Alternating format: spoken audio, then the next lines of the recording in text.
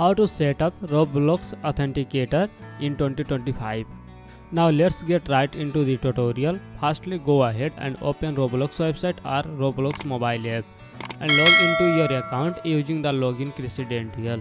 Now tap on the more option on the bottom right of your screen and then tap on the setting option. Further, select the settings drop down menu and tap on security.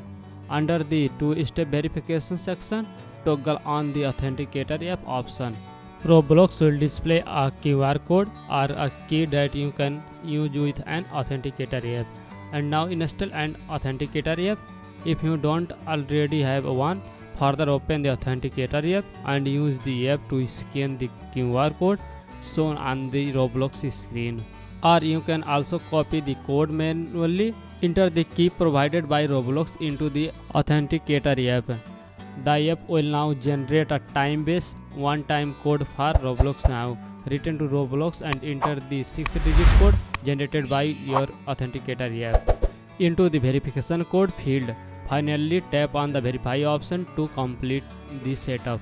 So this is how you can set up Roblox Authenticator app. If you found this video helpful, please give it a thumbs up, subscribe to our channel for more tutorials. Thanks for watching and I will see you in the next video.